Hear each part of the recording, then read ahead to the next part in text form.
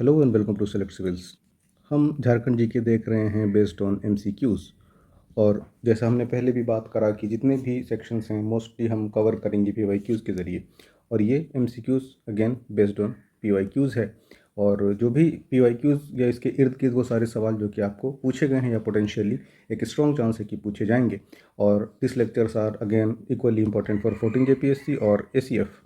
RFO के paper में भी आपने देखा होगा, वेदर हमारे मॉक सॉल्व किए होंगे या हमारे साथ लेक्चर्स में जुड़े होंगे, तो बहुत सारे क्वेश्चंस डायरेक्ट हिट भी हैं और उसके इर्द गिर्द कई बार ऑप्शंस भी आपको हेल्प करते हैं एलिमिनेट करने में। तो अगेन ये हमारे सोशल हैंडल्स हैं, इनसे जुड़िए। कोई आपकी क्वेरी हो तो आप इस नंबर पे फ़ोन कर सकते हैं। और प्ले स्टोर में हमारा ऐप है जहाँ पर आप डिस्क्रिप्टिव, वैसे हमने कई सारे एक्सटेंसिव लेक्चर्स डाल रखे हैं डिस्क्रिप्टिव झारखंड जीके के, फिर भी अगर आप और कॉम्प्रिहेंसिव और डिटेल्ड चाहते हैं लेक्चर्स तो हमारा उलगुलान बैच है 14 जेपीएससी के लिए, झारखंड के पेपर के लिए, पेपर 2 के लिए, और बाइलिंगुअल है मोस्टली।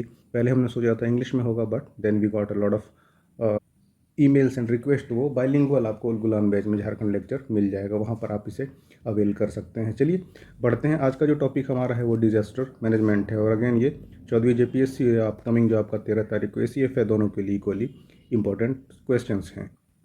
पहला सवाल है, which of the following is not an example of natural disaster. Not, जैसे हमने पहले भी बात किया है, थोड़ा सा ध्यान रखें, आरएफओ के पेपर में भी निगेटिव क्वेश्चंस के साथ भर भर के स्टेटमेंट दिए गए थे। तो वोल्केनो, न्यूक्लियर एक्सप्लोजन, अर्थक्वेक या फिर साइक्लोन, कौन सा प्राकृतिक आपदा का उदाहरण नहीं है।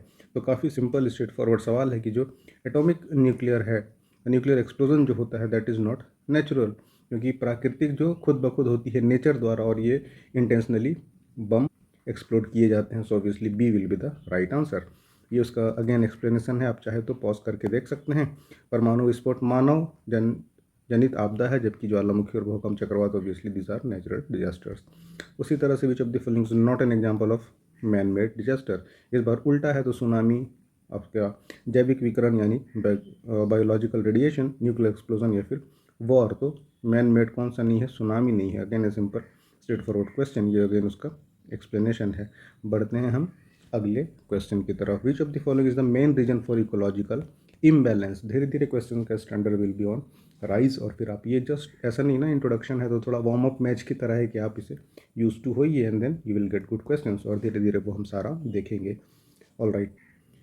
पारिस्थितिकी असंतुलन। असंतुलन क्या है, जैसे मानसून एडवेंट होता है नॉर्मली जून एंड तक, इस साल पहले ही बारिश हो रही है। टेम्परेचर जो पहले होता था 35 से 40 डिग्री के बीच में समर में, अब तो एवरेज टेम्परेचर ही 45 डिग्री से ज़्यादा राइज हो गया है। तो ये सब क्या है, इम्बैलेंस है। इकोलॉजिकल कह रहा है कि किन कारणों से होता है, फ्लड, ड्रॉट, वॉर या फिर ऑल दिस। तो ये एक विशियस साइकिल बनाता है। बारिश ज़्यादा हुई तो फसल खराब होंगे, अब फसल खराब होंगे तो फिर से क्या, दूसरे स्टॉक्स के प्राइस कम होंगे, दूसरे स्टॉक्स के प्राइस होंगे तो जो सपोज करिए एनिमल फूड है वो आपका, उसका प्राइस हाई हो जाएगा। तो इस तरह से एक कंटिन्यूस लूप होता है।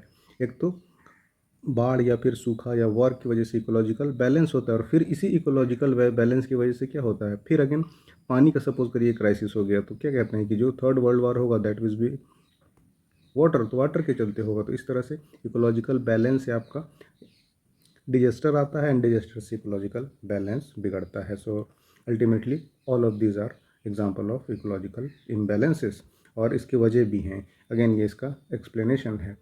नेक्स्ट देख लीजिए, what percent of approximately Indian land is potential area of mild to high earthquake. मध्यम से उच्च संवेदनशीलता वाले क्षेत्र कितने प्रतिशत हैं जिसमें भूकंप की संभावना होती है। ऑप्शंस है 50.1, 53.6, 58.6 या फिर 60 तो ऑप्शन नंबर आपका सी, विकल्प 3, 58.6 will be the right answer. हम जानते हैं कि 2, 3, 4 और 5 में बांटा जाता है, जोन की मैपिंग की जाती है अर्थक्वेक के लिए। एक बार इसका एक्सप्लेनेशन देखते हैं, फिर हम आगे देखेंगे। 58.6% area is classified under moderate to severe earthquake prone zone, यानी 2 से लेकर 5 के बीच में, एज पर BIS ने जो मैपिंग की है। तो सबसे पहले होता है लीस्ट या फिर मिनिमम, देन आपका मॉडरेट, फिर हाई और फिर वेरी हाई, और इस तरह से बढ़ता हुआ ये क्रम होता है। तो 5 जोन में सबसे ज़्यादा अर्थक्वेक प्रोन होता है और सबसे लीस्ट होता है वो जोन 2 होता है। तो इस तरह से 58.6% जो एरिया है वो मध्यम से उच्च भूकंप की संभावना वाला क्षेत्र जोन 2 से लेकर 5 के बीच में आता है। So option number C will be the right answer. All right. फिर डिजास्टर मैनेजमेंट का अगला क्वेश्चन देखते हैं। 14 जेपीएससी या ACF के लिए जो आप देने वाले हैं paper, what percent of land is affected by floods every year in India, कितनी प्रतिशत भूमि हर वर्ष बाढ़ से प्रभावित होती है, 10, 12, 14 या फिर 16। तो दिए गए ऑप्शंस में जो 12% लैंड है, option B will be the right answer. On average around 12% of Indian land area is flood prone due to monsoon rains, river overflows and inadequate drainage systems. Bharat में लगभग 12% क्षेत्रफल हर साल बाढ़ की चपेट में आता है, जिसके कारण मानसून वर्षा, नदियों का उफान या अपर्याप्त जल निकासी व्यवस्था होती है, वाटर क्लॉगिंग। आप जो अर्बन सेंटर्स होते हैं सच एस मुंबई या फिर बॉम्बे, ये सब देखेंगे वाटर क्लॉगिंग, निकलने का रास्ता ही नहीं है। तो अल्टीमेटली क्या होगा, पानी नियर बाय एरियाज़ में, रेजिडेंशियल और कमर्शियल स्पेसेस में आते हैं, और बाकी दूसरे जो नदियों के बहाव से, जैसे सर्टेन एरिया नॉर्थ ईस्ट का हो गया या अभी हिमाचल में आप देख रहे होंगे, है ना, तो ये ओवरफ्लो होता है नदियों के उफान के कारण, एंड देन ये टोटल एरिया बनाती है 12%, जो इंडिया में कभी भी प्रोन टू फ्लड है, वहाँ पर बाढ़ आने की प्रबल संभावना होती है। ये हमने देख लिया बाढ़ से रिलेटेड। नेक्स्ट इज आपका दिस इज ड्रॉट प्रोन, कितना सूखा होने की संभावित क्षेत्र है, what percentage of India's cultivable land is in drought prone area, Bharat की लगभग कितनी प्रतिशत भूमि सूखा संभावित। तो ऑप्शन से 62, 64, 66 या फिर 68। तो ऑप्शन नंबर डी 68% जो भूमि है that is prone to drought, यानी सूखा होने की वहाँ पर संभावना है। Around 68% of India's cultivable land is prone to drought due to again erratic monsoon, over dependence on rainfall या फिर इनएडिक्वेट इरिगेशन इंफ्रास्ट्रक्चर। कल की वीडियो में भी हमने स्लाइटली डिस्कस किया था। तो भारत के लगभग 68% भूमि असमान मानसून, वर्षा पर अत्यधिक निर्भरता और अपर्याप्त सिंचाई के कारण सूखा संभावित है, यानी बहुत एक लार्ज एरिया है जो उसमें की प्रोबेबिलिटी है कि सूखा पड़ जाए। और अगेन जानते हैं कि पूरी तरह से ये एग्रीकल्चर बेस्ड इकोनॉमी है इंडिया, और वहाँ पर जब सूखा का इतना बड़ा एरिया होगा प्रोन, तो क्या स्थिति होगी। सो हम अल्टीमेटली निकल ही नहीं पाते एग्री बेस्ड इकोनॉमी से। नंदलेस वो सारा डिफरेंट चीज़ है। यहाँ पर आप याद रखिए कि 68% इकोनॉमी का इंडिया का हिस्सा जो है वो that is prone to drought.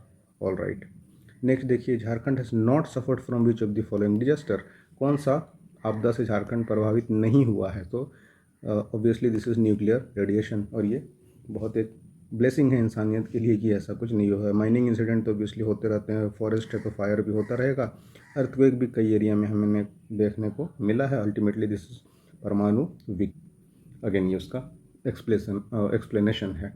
All right, where is the Indian meteorological department located, IMD। तो हम शुरू से जानते हैं कि ये आपका नई दिल्ली में है, रांची दे दिया है ब्लफ के लिए, पटना भी नहीं है, neither Chandigarh. So option number C will be the right answer. ये उसका एक्सप्लेनेशन है। Headquarter of IMD is in new Delhi, responsible for weather forecasting, seismology and climate research on India. भारतीय मौसम विभाग का मुख्यालय नई दिल्ली में है, जो भारत में मौसम पूर्वानुमान, भूकंपीय विज्ञान और जलवायु अनुसंधान का कार्य करता है। All right, according to IMD, यही Indian meteorological department IMD, how much percentage less rainfall than normal is enough to level an area severely drought hit, यानी कितनी बारिश होनी चाहिए कि उससे अगर कम हो जाए तो कहा जाएगा कि ये बाढ़ सूखा प्रभावित हो गया है। भारतीय मौसम विभाग के अनुसार सामान्य से कितने प्रतिशत कम वर्षा होने पर क्षेत्र को गंभीर सूखा प्रभावित घोषित किया जा सकता है। तो सिंपल क्वेश्चन है कि सपोज करिए ये इतनी बारिश अगर हो जाती तो सही हो जाता, तो आपसे पूछ रहे हैं कि अब कितनी बारिश इसमें कम होगी कि ये सूखा प्रभावित डिक्लेयर कर दिया जाएगा। तो सिंपल इसी को परसेंटेज में बता देना है आपको। तो दिस इज़ 50%। ये 60 mm सपोज करिए बारिश होनी थी और 30 mm ही हुआ, तो that will be declared as ये सूखा प्रभावित किए, सुखाड़ घोषित कर दिया जाएगा, जैसे कि झारखंड में हुआ भी था एक साल। तो ऑप्शन है 45, 50, 55 या फिर 60। This is again a good question. तो ये option number B will be the right answer, विकल्प 2B। ये उसका एक्सप्लेनेशन है। यदि किसी क्षेत्र में औसत सामान्य वर्षा का 50% या उससे कम वर्षा होती है तो भारतीय मौसम विभाग IMD ने ये रखा है पैमाना, गंभीर सूखा प्रभावित क्षेत्र घोषित किया जाएगा। इफ एन एरिया रिसीव्स 50% और less rainfall than its average normal, it is officially classified as severe drought hit region by IMD। All right, बढ़ते हैं अगले क्वेश्चन की तरफ। उसके बाद ये अगेन है उसी चीज़ को सेंटीमीटर में पूछा गया है। Less than what centimetre of rainfall in country, जैसा हमने एग्जांपल में यहाँ आपको ये 60 mm लेके बताया ही आपको आइडियली पूछा गया है। Less than what centimetre of rainfall in countries enough to declare an area drought affected.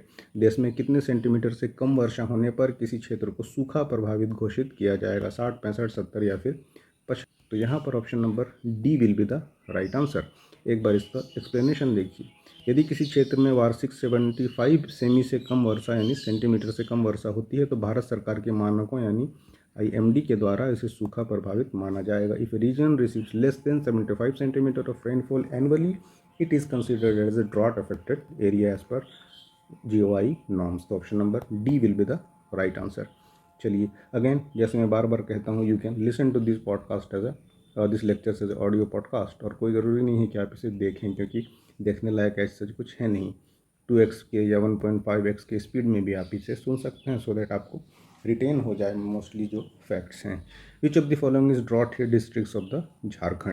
दिए गए जिलों में से कौन सा सूखा प्रभावित है? ऑप्शन है पलामू, ईस्ट सिंहभूम, कोडरमा या फिर गुमला। तो यहाँ पर Palamu, option number A will be the right answer. Palamu is one of the most drought-prone districts in Jharkhand due to irregular monsoon and poor irrigation facilities. Palamu Jharkhand का सर्वाधिक सूखा प्रभावित जिला है क्योंकि यहाँ वर्षा अनियमित है और सिंचाई सुविधाएं भी कमज़ोर हैं। So option number A will be the right answer. याद रखिएगा कि पलामू जो है आपका बहुत ही सूखा है ना। So this is Palamu, option number A. All right. In which year all 24 districts of the state were drought affected. किस वर्ष राज्य के सभी 24 जिलों को सूखा प्रभावित घोषित किया गया था? ऑप्शन है 6, 8, 10 या फिर 12। तो यू नीड टू रिमेंबर कि साल 2010 था। Again this is a potential good question और ये पूछा भी गया है। सो ऑप्शन नंबर सी यहाँ पर सही होगा। इसका एक बार एक्सप्लेनेशन देखिए। In 2010, due to scanty monsoon rainfall across Jharkhand, all 24 districts were declared drought affected by the state government. 2010 में झारखंड में बेहद कम मानसूनी वर्षा, क्योंकि हमने देखा कि डिपेंडेंसी ही सारा किस पर है, नेचुरल रेनफॉल पर है, बारिश पे है, और वही कम हो जाएगा तो ऑब्वियसली होगा ड्रॉट अफेक्टेड, और इसके कारण सभी 24 जिलों को सूखा प्रभावित घोषित किया गया था। How many districts of the state are affected by flood every year. Jharkhand में हर वर्ष कितने ज़िले बाढ़ से प्रभावित होते हैं? ऑप्शन है 8, 9, 10 या फिर 11। तो अगेन 11 पोटेंशियल ज़िले जो हैं दिस आर टू बी या prone to be affected by the flood every year. ना हो बेहतर है, लेकिन ये जो 11 ज़िलों की मैपिंग की गई है इसमें ये प्रोबेबिलिटी होता है कि यहाँ बाढ़ आ जाएंगे अगर थोड़ा सा जो अलग अलग फैक्टर्स हमने पहले डिस्कस किया उसमें छेड़छाड़ हुआ तो दिस 11 आर प्रोन। तो every year around 11 districts of Jharkhand specially those near river, जैसे साहिबगंज, पाकुड़, दुमका, इसमें क्या है साहिबगंज ये तो गंगा के किनारे हो गया, तो इस तरह से क्या हो गया अफेक्टेड बाय द फ्लड्स। हर साल झारखंड में 11 ज़िले विशेषकर साहिबगंज, पाकुड़, दुमका यानी संथाल परगना वाला एरिया, नदी के किनारे वाले ज़िले बाढ़ से प्रभावित होते रहते हैं। So option number D will be the right answer. All right. Main reason for the fire problem in the state forest is the collection of seeds of which tree. किस पेड़ के बीज के संकलन के दौरान एक स्ट्रॉन्ग प्रोबेबिलिटी होती है कि आग लगेगी। राज्य के जंगलों में अलग अलग आग लग जाने के मुख्य कारण किस वृक्ष के जीवों का बीजों का संग्रहण है? ऑप्शन है टीक, महुआ, साल या फिर बी और सी यानी महुआ और साल। तो हम जानते हैं कि महुआ को भी चुना जाता है एंड साल के बीजों का भी संग्रहण किया जाता है। माइनर फॉरेस्ट प्रोड्यूस जैसे इमली हो गया है ना, तो यहाँ पर जो विकल्प है उसमें महुआ और sal both B and C will be the right answer. तो ये इसका एक्सप्लेनेशन है। Forest fire in Jharkhand often occur due to collection of mahua flowers and sal seeds during the dry summer season when forest fire are highly inflammable. Jharkhand के जंगलों में गर्मी के मौसम में महुआ के फूल और साल के बीज इकट्ठा करने के कारण आग की घटनाएं होते रहती हैं। उसमें भी ह्यूमन इंड्यूस बहुत सारा होता है। बीड़ी पी रहे हैं, बीड़ी पीते पीते क्या किया, थोड़ी सी जली हुई बीड़ी को ही जंगल में छोड़ दिया, तो ये क्या करता है पूरा लपेट में ले लेता है। तो इस तरह से और भी दूसरे बहुत सारे कारण हैं, बट जस्ट मैंने एक रेफरेंस के लिए आपको बता दिया कि महुआ और आपका साल के सीड्स को चुनने के लिए फायर फॉरेस्ट बहुत फ्रिक्वेंटली होता रहता है। The abundance of which type of forest in the state is also the reason for the forest fire. अब ये भी एक अच्छा सवाल है, क्योंकि फॉरेस्ट फायर तो होता है लेकिन किस तरह का पेड़ है जिसकी वजह से ज़्यादा ही फॉरेस्ट फायर हो जाता है। तो ऑप्शंस देखिए, यहाँ पर आप डेजर्ट और पेनिनसुलर यानी कि मरुस्थलीय और प्रायद्वीप तो ऐसे एलिमिनेट कर सकते हैं। अब डेसिडिवस और ये उसमें भी ड्राई और मॉइस्ट है। पर्णपाती है ना, डेसिडिवस इज व्हाट, जिस पेड़ के पत्ते क्या होता है गिर जाते हैं मौसमों में, जैसे कि सर्दी का ख़त्म होती है तो पत्ते इसके झड़ते हैं, है ना। तो डेसिडिवस तो है झारखंड में, और सबसे ज़्यादा क्या है यहाँ पर, ड्राई डेसिडिवस पौधे हैं। और खुश्क, है ना, यानी सूखे हुए, तो ऑब्वियसली सबसे ज़्यादा फॉरेस्ट फायर किस में होगा, ड्राई डेसिडिवस में। ऑप्शन नंबर बी ये आपका राइट आंसर हो जाएगा। अगेन ये dry deciduous B number, Jharkhand as predominantly dry deciduous forest. हमने अभी जस्ट डिस्कस किया कि सबसे ज़्यादा आपका ड्राई डेसिडिवस फॉरेस्ट है that shed leaves in summer increasing inflammatory and risk of forest fire. Jharkhand में मुख्यतः शुष्क पर्णपाती या पतझड़ी वन पाए जाते हैं जो गर्मी में पत्तियां गिराते हैं और जंगल में आग का खतरा को बढ़ा देते हैं। So option number dry deciduous B will be the right answer. Which district of state does not have an issue of forest fire. Again ये एक अच्छा सवाल है, ऐसे तुक्का नहीं मारने का। चतरा, हजारीबाग, सिमडेगा और रांची में रांची जो है ऑप्शन नंबर डी, यहाँ पर आग की समस्या ग्रसित नहीं है। सो रांची बीइंग क्यों कंपेरेटिवली अर्बनाइज्ड है ना, बाकी ज़िलों की तुलना में अर्बनाइज्ड है और लेस फॉरेस्टेड है in certain parts as lesser instances of forest fire compare to heavily forested districts like Simdega, Hazaribagh या चतरा। हम जब जानते हैं, पढ़ते हैं सबसे ज़्यादा, उसमें भी देखते हैं कि वेस्ट सिंहभूम में सबसे ज़्यादा फॉरेस्ट कवर है। तो ऑब्वियसली जितना ज़्यादा जंगल उतनी ज़्यादा प्रोबेबिलिटी कि वहाँ पर आग लगेगा। उनकी तुलना में ये दिए गए ऑप्शंस में से रांची अर्बनाइज्ड भी ज़्यादा है, यानी शहरीकरण भी ज़्यादा हुआ है, और कुछ एरियाज़ को छोड़ के फॉरेस्ट उतना ज़्यादा नहीं है। सो सबसे कम प्रोबेबिलिटी है कि वहाँ फॉरेस्ट फायर होगा। रांची क्यों तुलनात्मक रूप से अधिक शहरीकृत और कुछ क्षेत्रों में कम वनों वाला ज़िला है, इसलिए यहाँ अन्य ज़िलों की तुलना में जंगल की आग की घटनाएं कम होती हैं। सो रांची आपका आंसर हो जाएगा। How many districts of state are affected by celestial lightning. Jharkhand के कितने ज़िले आकाशीय बिजली से प्रभावित हैं। एडवाइजरी बार बार सरकार पेपर में या फिर डिजिटल मीडियम से जारी करते रहती है, क्योंकि ये बहुत ज़्यादा है ना, गरज एंड मलक जिसको कहते हैं ना, सेलेस्टियल लाइटिंग, बिजली गिरना। सो ये 9 जो आपके हैं ना डिस्ट्रिक्ट, ये बहुत ज़्यादा अफेक्टेड हैं सेलेस्टियल लाइटिंग से। एक बार इसका एक्सप्लेनेशन देखते हैं। ऑप्शन नंबर ऑल 9 होगा, और approximately 9 districts in Jharkhand are consistently affected by deaths और damage caused by lightning strike specially during monsoon. तो बहुत ज़्यादा जान माल का क्षति भी होता है बिजली गिरने से। तो ऐसे 9 ज़िले हैं जहाँ बहुत ज़्यादा सेलेस्टियल लाइटिंग होती है। ऑल राइट, अगेन एक अमेजिंग सवाल कि Jharia coalfield has been on fire since, कब से। तो झरिया कोलफील्ड में किस वर्ष से आग लगी हुई है। ऑप्शन देख लिए सारा, 1800 का दशक है। तो देख के ये नहीं सोचना है कि ये तो यार ऑप्शन कुछ वियर्ड हो गया, नहीं। 1860, 70, 80 या फिर 90। तो 1890 से आग लगा हुआ है। लगभग 150 साल से आप कह सकते हैं कि आग लगी हुई है। अगेन ये आंसर 1890 है। Underground fire in Jharia coalfield reportedly began in 1890 and has continue ever since. तब से लगा हुआ है, और कितना इसमें सक्सेस हुआ नहीं हुआ वो एक अलग इशू है, बट दिस फायर आग is going on since 1890 causing subsidence pollution displacement of people.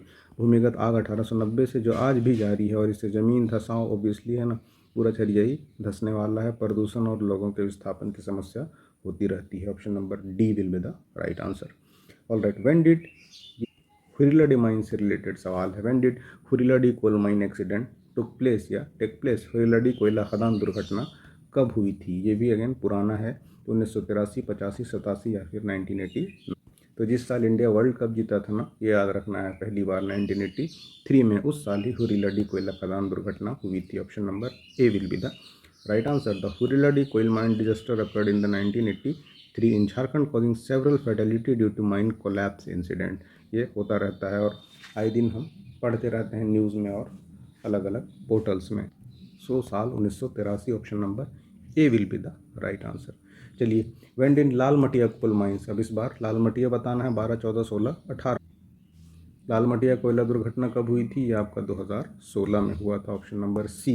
लाल मटिया coal mine accident took place in 16 का दिसंबर था, when a mine collapse killed several workers, considered one of the worst mining accident in India in recent year. इसमें खदान धंसने से कई मजदूरों की मृत्यु हो गई थी। यह हाल के वर्षों में सबसे बड़ी खनन दुर्घटनाओं में से एक थी।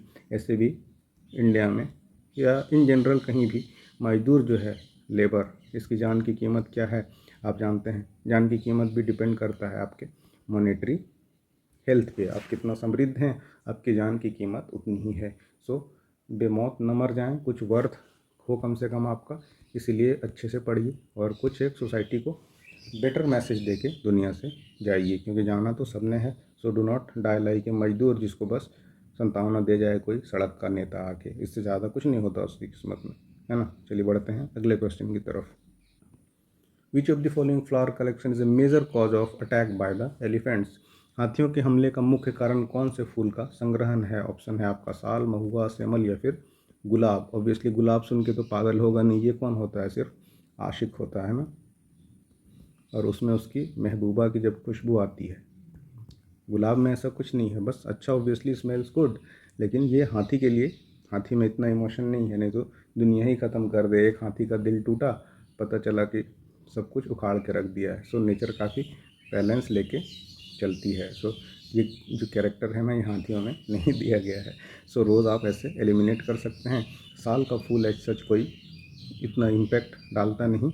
महुआ और सेमल, तो mahua will be the right answer, क्योंकि इसमें थोड़ा सा जो नशा वाला एलिमेंट है ना, वो उसको रॉ महुआ में भी ऑब्वियसली होता है, and then elephant get high और फिर उससे थोड़ी सी दिक्कत होती है। ये अगेन महुआ ऑप्शन है और एक्सप्लेनेशन है। जंगलों में महुआ फूल इकट्ठा करने के दौरान हाथी आकर्षित होते हैं, क्योंकि ये किण्वित महुआ खाते हैं, जिससे कि टकराव की घटनाएं बढ़ जाती है। किण्वित यानी फर्मेंटेड, सड़ने लगता है ना खुद ब खुद, तो उससे क्या होता है, शराब जो बनता है उसमें भी फर्मेंटेशन ही करते हैं और नेचुरली भी ये होता है, तो उससे थोड़ा सा उनको किक मिलता है, and then they start to do wild acts. Collection of mahua flowers in the forest attract करता है एलिफेंट को, because they eat fermented mahua, leading to increased human wild life conflict during harvesting season. तो option number B mahua will be the right answer. चलिए अब ये कह रहा है कि हाथियों का अटैक बढ़ क्यों गया है, जो कॉन्फ्लिक्ट है ह्यूमन और वाइल्ड लाइफ में, ये why this is on rise. Which of the following is the main reason for the elephant attack. Obviously human में है ना। हाथी के हमले का मुख्य कारण कौन सा है, तो पॉपुलेशन है, वनों की कटाई यानी डिफॉरेस्टेशन है, अर्बनाइजेशन या फिर सभी है। तो ऑब्वियसली इस तरह के ऑप्शंस में आप थोड़ा ध्यान रखें कि इंक्लूसिव भी होगा, also all of these are the correct answer, उपरोक्त सभी। अगेन ये D will be the right answer. और rapid deforestation, urbanization, population growth shrink कर देता है एलिफेंट के रहने की जगह को, घटा देता है ना, forcing them to move into human settlement. जब जंगल कम हो जाएंगे तो क्या करेगा वो, जहाँ इंसान रह रहे हैं उधर, या फिर इंसान खुद जंगलों में आकर रहने लगेगा, तो कॉन्फ्लिक्ट तभी भी बढ़ेगा। Search for food and space, तेज़ी से वनों की कटाई, शहरीकरण, जनसंख्या वृद्धि के कारण हाथियों का प्राकृतिक आवास घट रहा है, जिससे भोजन और स्थान की तलाश में गांव की ओर जाते हैं, और यहाँ पर क्या होता है, ह्यूमन और एलिफेंट कॉन्फ्लिक्ट होता है, बढ़ता है। So option number D all of this will be the right answer. और भारत में हाथियों के हमले से हर साल औसतन 300 लोग की मृत्यु होती है। ये आपको यहाँ तक तो इन्फॉर्मेशन ही दे दिया है। क्वेश्चन यहाँ से शुरू है कि झारखंड में अकेले कितनी लोगों की मृत्यु होती है ऑन एन एवरेज। 3 साल और 300 तो हर साल पूरे इंडिया में मरते हैं। The current average casualty by elephant attack in India is 300 people every year. However how many individuals are likely to be killed by elephants in Jharkhand alone.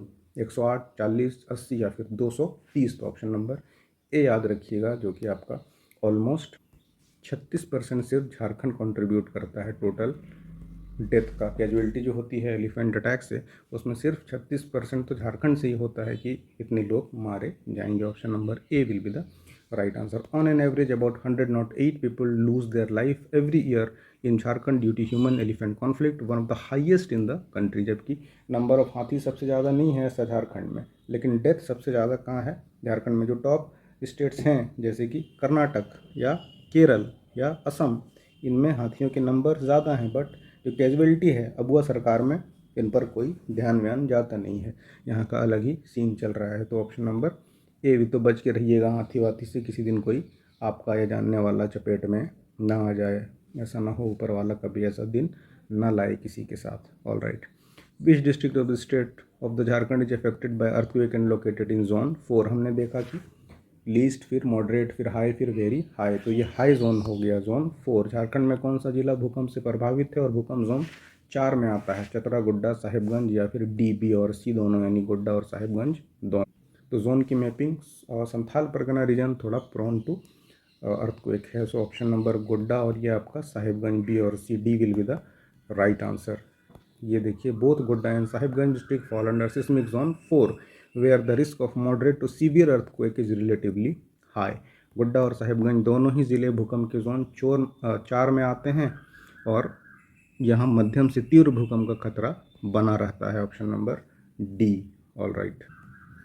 How many districts of the state are located in earthquake zone 3? राज्य में कितने ज़िले भूकंप zone 3 में आते हैं? तो 3 का जो आपका 3 में आता है वो 15 ज़िले हैं, option number C will be the right answer. ये उसका एक्सप्लेनेशन है। As per seismic zoning mapping of India 15 districts in Jharkhand are categorised under earthquake zone 3 where the probability of mild to moderate earthquake exist. Bharat के भूकंपीय zoning मानचित्र के अनुसार 15 ज़िले भूकंप जोन 3 में आते हैं, जहां हल्के से मध्यम भूकंप की संभावना रहती है। Option number C will be the right answer. All right. When did government of India implemented disaster management act? हम सब जानते हैं ये 2005 में आया। ऑप्शन है 4, 5, 6, 7। Option number this B will be the right answer. ये 2005 में आया है। अगेन ये उसका एक्सप्लेनेशन है। डिजास्टर मैनेजमेंट इन इंडिया दिसंबर 2005 में disaster preparedness mitigation and management के लिए आया था। अगेन ये पीडीएफ आप हमारे ऐप में जाएंगे, वहाँ पर फ्री रिसोर्सेज में हम इसे पोस्ट कर देंगे, तो आप वहाँ से इसे डाउनलोड करके रिवाइज कर सकते हैं। सेलेक्ट स्किल्स ऐप पे जाइए और जेपीएससी में फिर आपको वहाँ अलग अलग टैब मिलेंगे, जैसे कि मॉक टेस्ट हैं, फ्री रिसोर्सेज हैं, करंट अफेयर्स हैं। So you can get this PDF on free resources वाला tab. All right. Who is chairman of national disaster management authority ND? तो एनडीएमए का हेड होता है प्रधानमंत्री। Option number B. Not president या फिर इन्वायरमेंट मिनिस्टर और होम मिनिस्टर। अगेन ये उसका एक्सप्लेनेशन है। इस एक्ट में ही है कि prime minister will be ex officio chairman of NDMA. Option number B. All right. Which of the following is main phase of disaster management? सबसे मुख्य अवस्था कौन सी है? Pre disaster, during disaster, after disaster, all of these. तो ये उपरोक्त सभी जो है ना, ये मुख्य अवस्था होती है। This all are phase of disaster management. So चाहे घटना होने वाला हो या हो रहा हो या होने के बाद हो, सभी इंपॉर्टेंट है। Option number D will be the right answer. Disaster management involves all 3 phases before, during and after preparedness of the disaster. Again a good question. When was NDMA form? वो एक्ट बना 5 में, NDMA form कब हुआ? तो अगले साल 2006 में। Not 5 या 7 या 8। Option number B will be the right answer. NDMA was formally constituted on सितंबर 2006 under the disaster management act 2005, जो कि हमने देखा बना है 5 में, और to lay down policies, provisions and guideline for disaster risk reduction. NDMA की का गठन आपदा प्रबंधन अधिनियम 2005 के तहत सितंबर 2006 में किया गया था, जो आपदा जोखिम न्यूनीकरण यानी मिनिमाइज करे, है ना, और इसकी नीतियों को निर्धारित करता है। जैसे नेशनल डिजास्टर मैनेजमेंट अथॉरिटी को चेयर करते हैं पीएम। यहाँ पर पूछ रहा है कि who preside the state disaster management authority? राज्य आपदा प्रबंधन प्राधिकरण की अध्यक्षता कौन करता है? मुख्यमंत्री, राज्यपाल, पर्यावरण मंत्री, राज्य वाला, है ना, या chief justice of high court? Obviously this is CM, chief minister of the concern state. This is answer A. और ये उसका एक्सप्लेनेशन है। As per disaster management act the chief minister of the state has the disaster management authority for disaster policy making and response coordination. आपदा प्रबंधन अधिनियम 2005 के अनुसार राज्य में मुख्यमंत्री राज्य आपदा प्रबंधन प्राधिकरण के अध्यक्ष होते हैं और नीति निर्धारण व समन्वय का कार्य भी करते हैं। Option number CM will be the right answer. To assist disaster management authority हमने देखा, जिसका सीएम हेड होते हैं, और स्टेट एग्जीक्यूटिव कमेटी भी बनती है। दिस इज़ फॉर्म बाय, तो उसको हेड कौन करते हैं? झारखंड में या राज्य में आपदा प्रबंधन प्राधिकरण की सहायता हेतु गठित राज्य कार्यकारी समिति का अध्यक्ष कौन होता है? तो this is head by chief secretary. Option number D. Not राज्यपाल या पर्यावरण मंत्री, या ये रॉन्ग ऑप्शन है। D will be the right answer, chief secretary, मुख्य सचिव। As per DMA 2005 chief secretary of the state chairs the state executive committee, जो कि असिस्ट करता है स्टेट डिजास्टर मैनेजमेंट अथॉरिटी को। आपदा प्रबंधन अधिनियम 5 के अनुसार राज्य कार्यकारी समिति का अध्यक्ष मुख्य सचिव होता है, जो राज्य में आपदा प्रबंधन प्राधिकरण की सहायता करता है। Option number D will be the right answer. अब ये देखिए, अगेन पीवाईक्यू है, बार बार पूछा जाता है। Who chairs district disaster management authority? जिला आपदा प्रबंधन प्राधिकरण का अध्यक्ष कौन होता है? डिस्ट्रिक्ट मजिस्ट्रेट या फिर मजिस्ट्रेट या फिर डिप्यूटी कमिश्नर या फिर बोथ, बीएनसी यानी मजिस्ट्रेट या फिर उपायुक्त? तो ये डी, बोथ बीएनसी, मजिस्ट्रेट या फिर डिप्यूटी कमिश्नर हो जाएगा। In most states including Jharkhand the DC, जिसको हम बोलते हैं ना, डीसी डिप्यूटी कमिश्नर, जो आईएएस होता है, और district magistrate acts as the chairman of the district disaster management authority. Option number D. All right, national institute of disaster management कहाँ पर है? राष्ट्रीय आपदा प्रबंधन संस्थान where it is located? Option है आपका देहरादून, चेन्नई, दिल्ली या फिर भोपाल। तो दिए गए ऑप्शंस में से दिल्ली में ये स्थित है। राष्ट्रीय आपदा प्रबंधन संस्थान दिल्ली में अवस्थित है। Option number C will be the right answer. ये उसका अगेन एक्सप्लेनेशन है। राष्ट्रीय आपदा प्रबंधन संस्थान का मुख्यालय नई दिल्ली में है, जो आपदा प्रबंधन पर प्रशिक्षण, अनुसंधान यानी रिसर्च और नीति निर्माण का कार्य करता है, यानी पॉलिसी फॉर्मुलेशन का काम करता है। Option number C will be the right answer. Again ये सारे क्वेश्चंस काफ़ी इंपॉर्टेंट है और डिजास्टर मैनेजमेंट से आपको क्वेश्चंस रहते ही रहते हैं। So listen this carefully. When was national disaster response NDRF form? तो एनडीआरएफ बना था 2006 में। Option number A will be the right answer. ये उसका एक्सप्लेनेशन है 2006 अंदर, और एक्ट वही था डीएमए यानी NDMA 2005 for specialised disaster response. कहीं भी कुछ आपदा होता है तो उसके प्रबंधन के लिए एक अलग फोर्स का गठन किया गया था, और उसमें बजट में प्रोविज़न होता है एनडीएमए के लिए। आपदा प्रबंधन अधिनियम 5 के तहत 2006 में राष्ट्रीय आपदा प्रतिक्रिया बल एनडीआरएफ का गठन विशेष आपदा राहत और बचाव कार्यों के लिए किया जाना जिसका काम है। ऑलराइट, अब एनडीआरएफ की टीम में किससे लिए जाते हैं फोर्सेस? अपना तो ऐसा नहीं कि रिक्रूट करेगा ये, है ना, अलग अलग डिपार्टमेंट से इसको लिए जाते हैं लोग, सो दैट एनडीआरएफ का काम करें। विच of the following is included in NDRF team? निम्न में से कौन राष्ट्रीय आपदा प्रतिक्रिया बल में शामिल है? आईटीबीपी या फिर सीआरपीएफ या सीआईएसएफ या इनमें से सारे? तो सभी अप्रूव, सभी ऑल ऑफ दीज, ये आईटीबीपी, सीआरएफ और सीआईएसएफ सबके फोर्सेस इसमें होते हैं, all of these. NDRF comprise specialised battalions drawn, देखिए ड्रॉन फ्रॉम, है ना, इनसे लिए जाते हैं, इनका कोई अपना नहीं होता in house, like ITBP, CRPF, CISF and other trend for disaster rescues. और फिर क्योंकि अलग अलग कहीं पर आपदा आती है तो उसमें रेस्क्यू का काम करते हैं। ये अन्य केंद्रीय अर्धसैनिक बलों की विशेष बटालियन होती है जिन्हें आपदा राहत और बचाव कार्यों के लिए प्रशिक्षित किया जाता है, so that they can do this आपका डिजास्टर में रेस्क्यू वाला काम। Option number D inclusive all of this.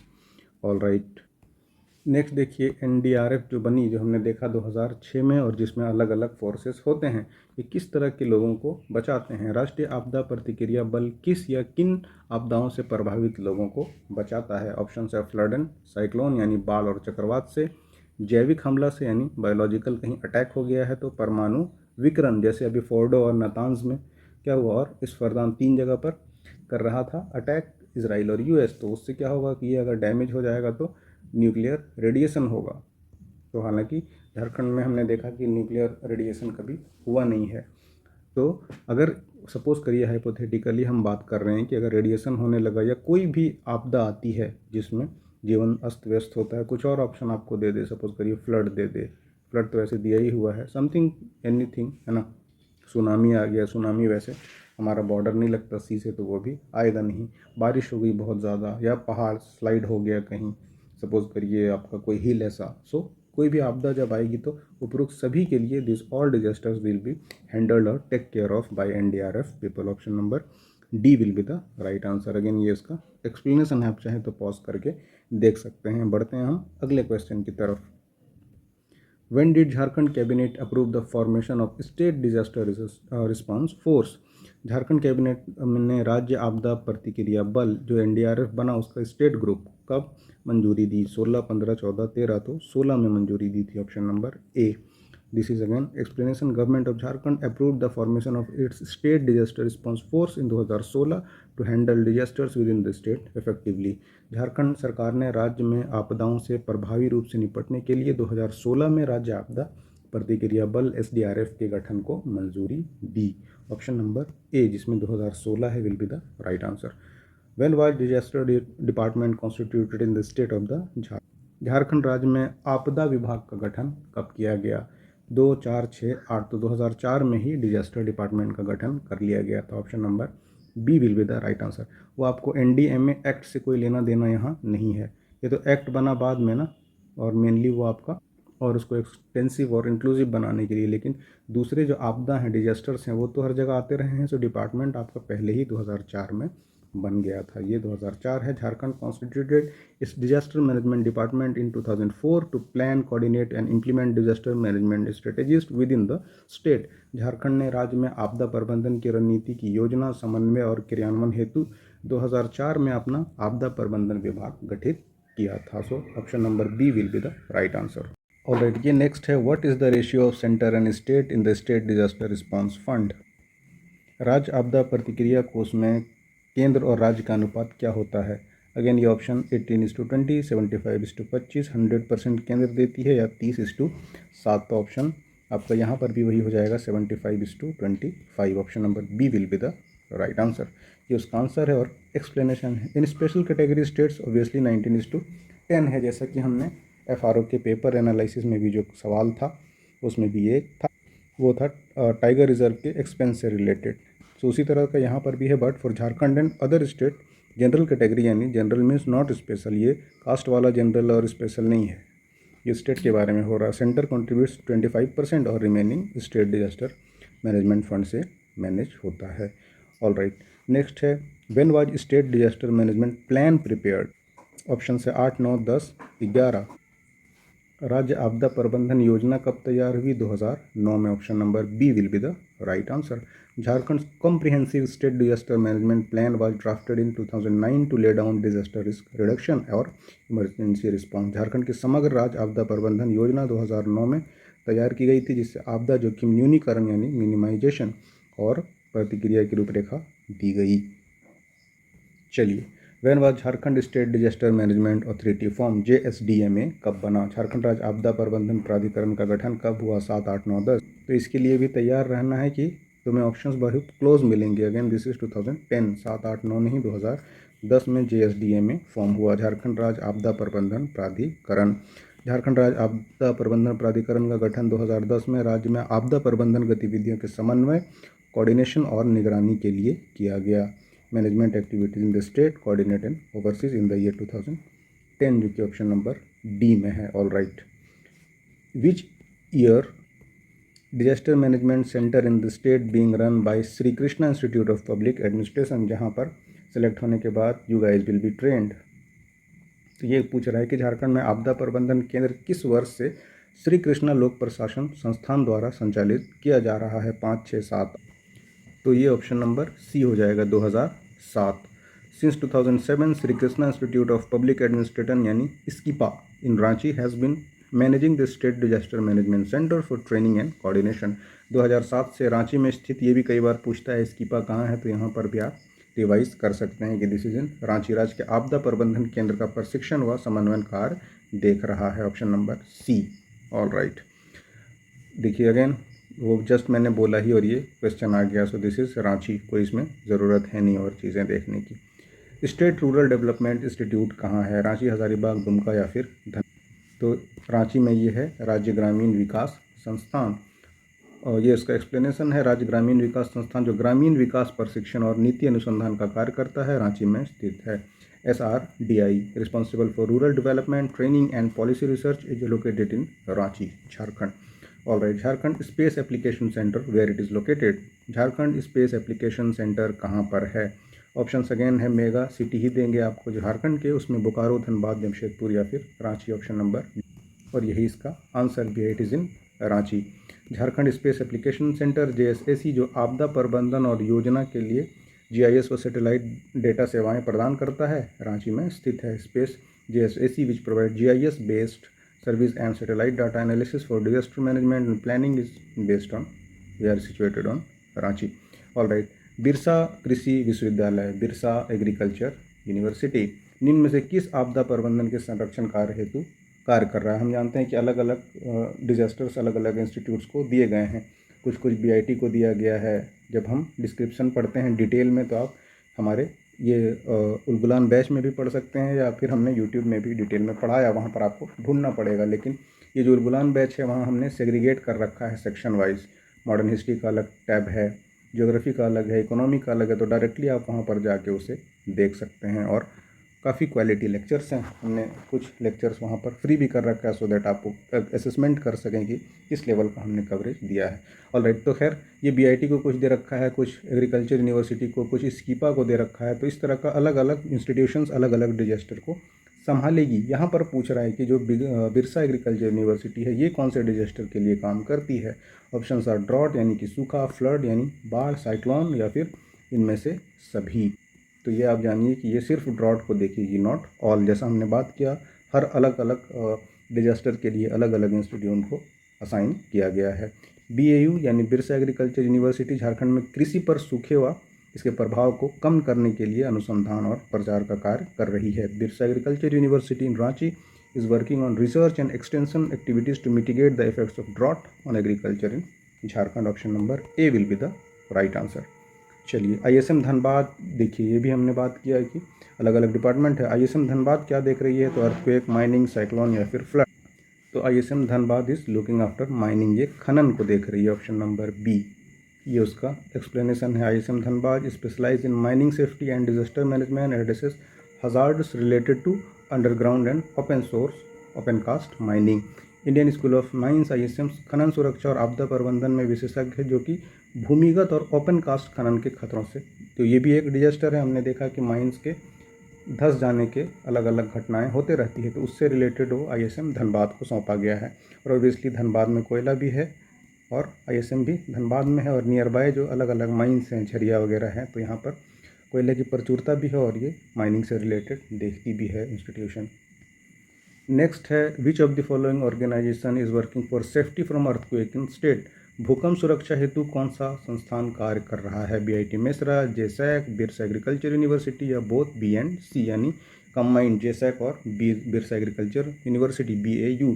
तो जो आपका अर्थक्वेक से रिलेटेड है that is assigned to BIT Mesra. Alright, this is BIT Mishra. BIT Mishra in Ranchi conducts seismic risk assessment, earthquake resistance, building design research and awareness program on earthquake safety। ये उसका again explanation है, जो कि आप free resources में जाके play store में पा सकते हैं। Which of the following organisation is working to protect from forest fire. हमने देख लिया ड्राई डेसिडिवस, फॉरेस्ट होने की वजह से बहुत ही कॉमन है फायर होना।